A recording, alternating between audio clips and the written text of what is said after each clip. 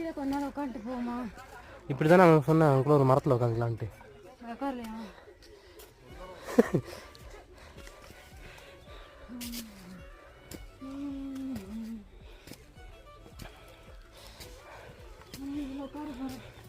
உட்காந்துக்க படியில் உட்காந்துக்க. ஏன் அவங்க பாதை ஓமையில் விழுந்துருவாங்க. அப்புறம் ஓமையில் விழுந்துருப்பாங்க. ஸ்லிப்பான ஓமையில் விழுந்துருவாங்க. உருண்டு போக வேண்டியதான்.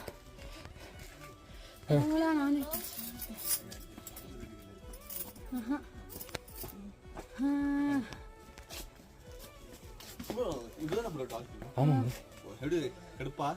நான் டெய்லி போய்ட்டு கேளுங்க இங்கே கேளுங்க. இங்கே இன்னும் ரொம்ப தூரம் இருக்கு.